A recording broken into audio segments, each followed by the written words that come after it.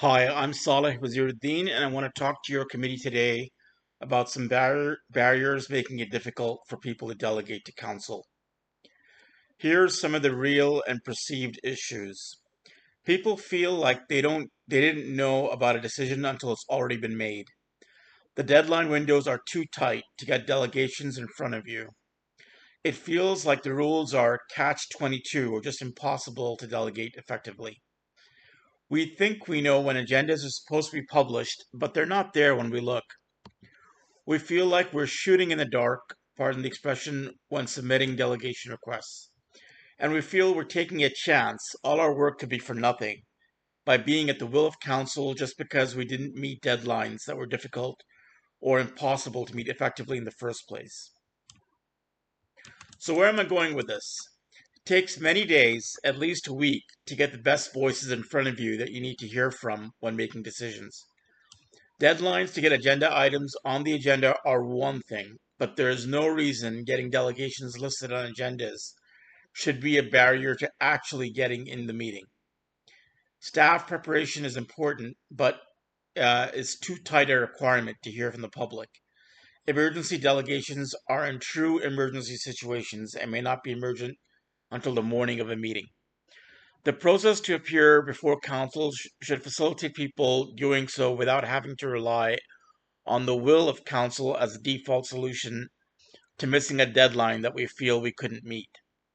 I'm going to recommend moving deadlines up, way up, to eliminating them altogether, eliminating altogether for the items already on the agenda, which isn't a wild idea. It's already being done nearby in the Kitchener-Waterloo region. So some historical background. I use a question mark because this wasn't too long ago at all. Agendas would not go out until after deadline to submit delegations had passed, making it literally impossible to meet the deadline without playing at psychic to guess what's on the agenda. I don't know how many of you know about me, but I'm a time traveler. I travel to the future at the rate of 60 seconds a minute. But what I haven't been able to do, however, is to go into reverse gear, to go back in time to submit delegation requests after agendas were out. Here's a real example to show you I'm not making this up. In 2022, I found out about a motion coming to council on voluntarily self-sanctioning yourselves from Russia because of what's happening in Ukraine, but it was already past the deadline. I submitted my request, and the clerk said I could speak if council permitted me, but this wasn't fair as I had no chance to submit my request properly. I point out in my email to the clerk this happened before, and I was allowed to speak without rolling the dice with council since I never had a fair chance to submit my request anyway. It turns out I was the only one delegate voice to speak against this motion on an international situation. After my submission was allowed, someone from the Ukrainian Canadian Congress was recruited by a councillor to be a counterweight. The clerk recognized the impossibility of meeting the deadline was a problem and allowed me to be listed without having the additional barrier and uncertainty of council permission. So last year there was a fix proposed. There would be a gap week between standing committee meetings and full council, standing committee meetings and full council. Not so we go backpacking through Europe, but for the council agenda to come out on Tuesdays with a deadline to delegate by that Friday morning as before. Note the gap week is only for the 4 standing committees. This committee is meeting after the delegation deadline in the week of the council meeting, as is the Accessibility Advisory Committee, and other committees such as the DEI Advisory Committee met in the gap week. The items from these committees might not go into the immediately coming council meeting, but they could affect agenda items on there. So by the time we make our delegation request, we could be missing some key information. And life happens. For this week's council agenda, it wasn't out on Tuesday or Wednesday during the day. What was on the agenda is the closed training session to do with the referral to the Integrity Commissioner of the minutes of the January 25th council meeting.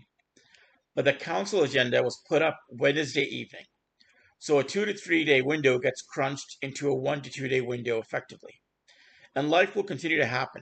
It's more important to get a key agenda item on this month than to push it off to next month just because of a day's delay.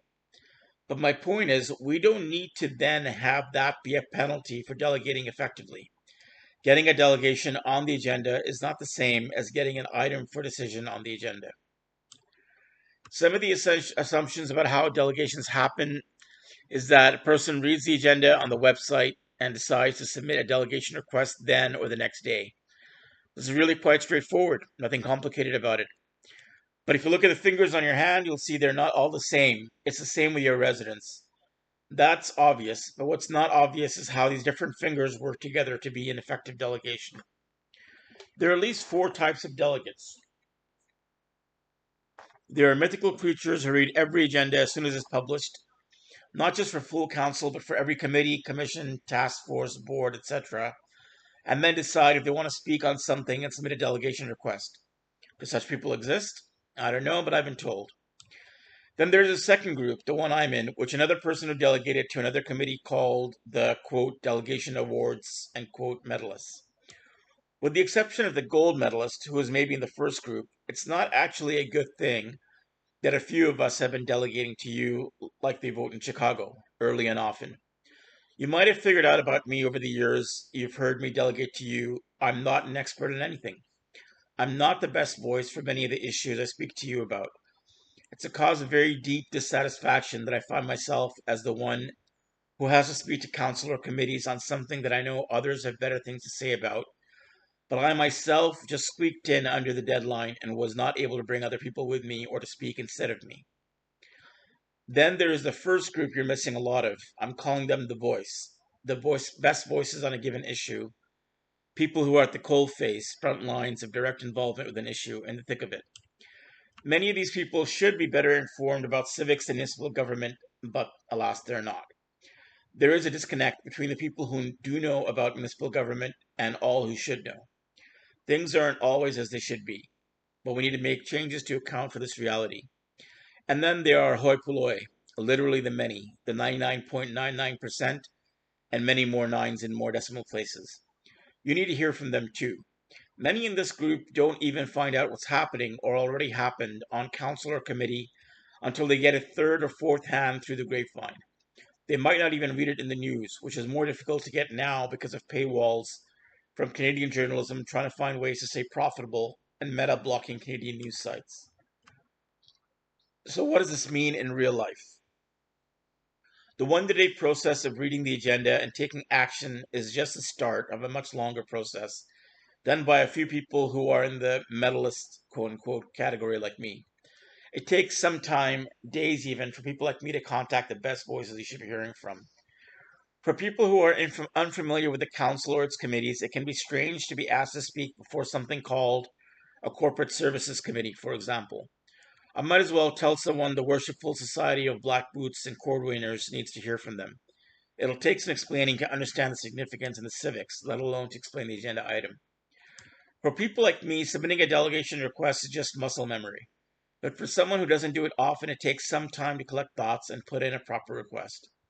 Getting the word out to hoi polloi when you need to hear from them just as much takes much longer because of the lack of familiarity information about municipal government. There is some hand-holding involved in helping people with the online forums and with people being confident they can appear before council or committee and speak in public. All of this takes at least a week, if not longer.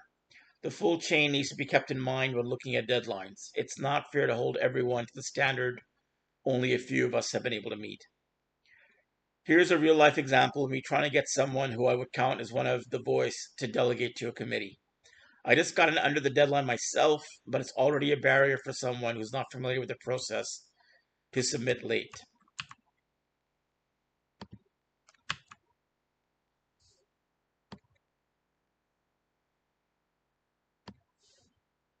Here are a few ways to broaden access to the agenda beyond people like me. Make the agendas on an email subscription list. They are already sent by email to councillors, I assume.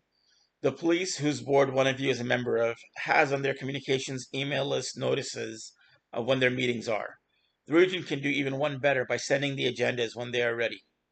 The region's website's front page can be used either in events or news sections or even more prominently to alert people when there's a new agenda out. The region's social media accounts can also be used for this. I realize TikTok is on the slide, but it's been banned by at least 2 Niagara municipalities. But the other channels. These should include the different submission deadlines and links so people don't have to search the website for the right forms. There are many moving parts in government. It's better to let each part have its chance at the earliest opportunity than to require all the stars to line up, which can make a matter of days turn into a matter of months. I understand the staff input is necessary, but all the moving parts don't need to come together at the same time. The window of getting information before council or committees is tight for everyone already. Let's listen to delegations with the greatest flexibility and disentangle it from agenda and staff deadlines. Not everything is going to need staff input, but where it does, council or committee can refer to delay action. But let's at least get the delegates' voices in early. The more than 2 week requirement to get items not already on the agenda leaves us, quote, shooting in the dark, end quote, pardon the expression, because we have no idea if the items will already be on the agenda or not. What else might be on the agenda that's related? And what else might be on the agenda that's related? For non-standing committees, we might not even know when the meeting is. It's not a good feeling to try to have to be a fortune teller with what's going to come in front of the committee before bringing something forward for consideration. Here's another real-life example that leaves people like me feeling like we are shooting in the dark. For good reason, agenda items might not get to the agenda before the delegation submission deadline. So to avoid missing a deadline, or in this case, missing one deadline anyway, but not wanting to miss another one, we have to guess what's on the agenda when doing our submissions. There is no good reason things have to be this way. Emergencies truly are emergencies that council or committees need to hear about right away. 2 days before is not enough for an emergency. If Laura Seacourt had to submit a written request 2 days ahead of appearing, we'd all be speaking American now. Some of us are anyway. I understand staff needs a chance to give input, but that shouldn't get in the way of hearing from delegates. Council or committees can then refer to staff for action or come back to the item.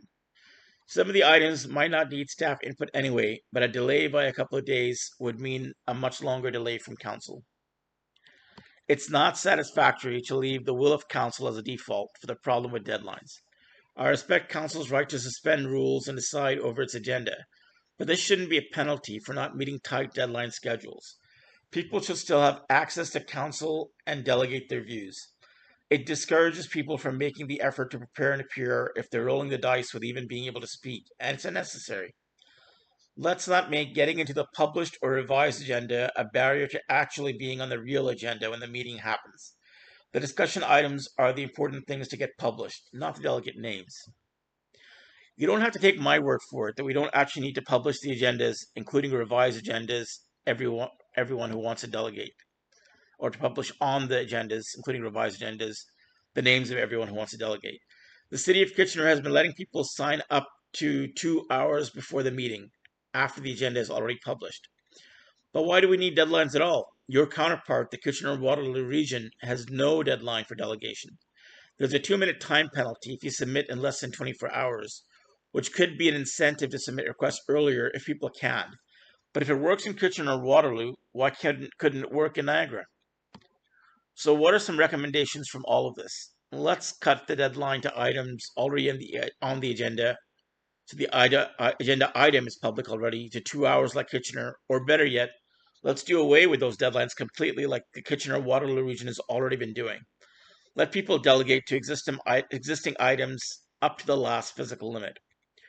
For items not on the agenda, let's cut the deadline to 3 days after the agenda is published so people can at least see the agenda first, or a week before the meeting, whichever was later.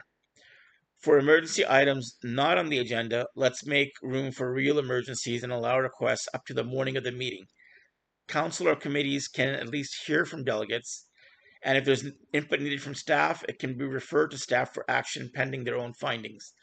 Let's at least get the delegation piece in, even if the action part is not ready. Let's disentangle getting items for discussion on the agenda from being able to delegate items on the agenda. Let's not rely on the will of council as a default for missing deadlines by making those deadlines more flexible. Let's make it easier to find out what's going on and to respond by offering email subscriptions to agendas as they come out. Promote agenda releases on social media and the website front page with deadlines and links, or ways to submit delegation requests so that people don't have to hunt for the right form. If you're so moved, perhaps one of you could make a motion to propose these recommendations. Thank you.